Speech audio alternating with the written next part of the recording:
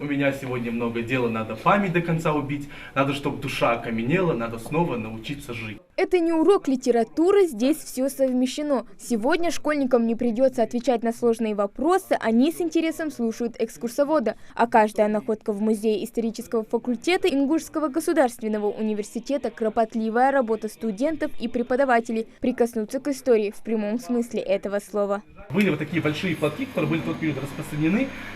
Платку почти 100 лет.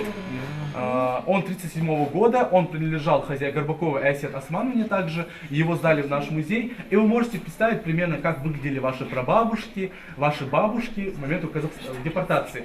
Большое счастье для ингушских семей было, если они взяли машинку, так как там они могли заниматься всем этим. Но у всех, но у всех не получалось. Мы говорили, берите машинку. Да, кстати, некоторые подсказывали солдаты, чтобы они брали машинку, брали теплые вещи и побольше еды. Большинство находок связано с периодом депортации ингушского народа. Здесь на днях прошла тематическая выставка. Значение каждой детали для будущих поколений всегда бесценно. Они свидетели исторических событий, стимул для новых исследований и способ прикоснуться к прошлому. Сегодняшняя встреча своего рода мероприятие по профориентации, на которое школьники пришли с удовольствием. Сегодня мне самое что понравилось, это экспонаты, которые здесь находятся, потому что эти экспонаты находить очень сложно, находить тех стариков, тех самых тех людей, которые теперь жили, взять у них это все, спросить, взять.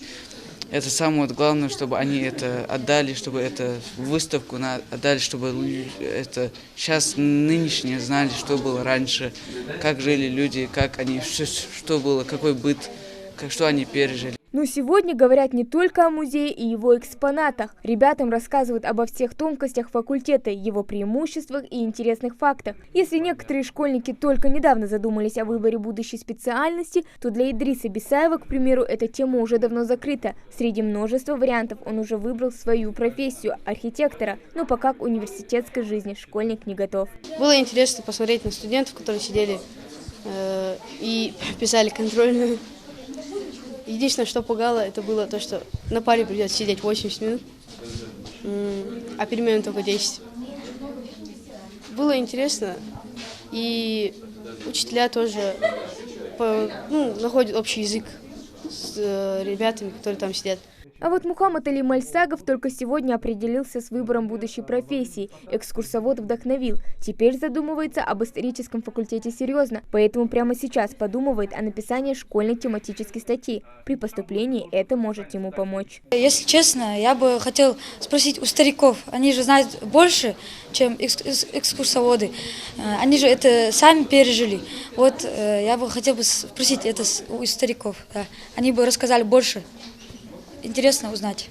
Идея такой познавательной встречи принадлежит Марем Ганижевой, учительнице истории, а заодно и магистру факультета. Девушка, как никто другой, знает, что подобные мероприятия влияют на детей сильно. Это наша часть работы, часть учебной работы. Имеется в виду не просто, чтобы уроки шли, чтобы они наглядно запомнили на ярких примерах. Вот они сегодня пришли, посетили выставку и уже на всю жизнь. Они будут рассказывать не только своим же ровесникам, сверстникам, но и своим родственникам и так далее. Информация же распространяется, поэтому очень важно знать для подрастающего поколения, и я имею в виду, подразумевая под этими словами школьников, чтобы они наглядно поняли, чтобы им наглядно показали учителя школ, преподаватели университета. Почему? Потому что наглядная информация всегда лучше запоминается. Это не первая экскурсия для школьников в стенах Ингушского государственного университета. Цель подобных мероприятий проста – привлечь внимание к вопросам высшего образования у подрастающего поколения, а также помочь с выбором будущей профессии.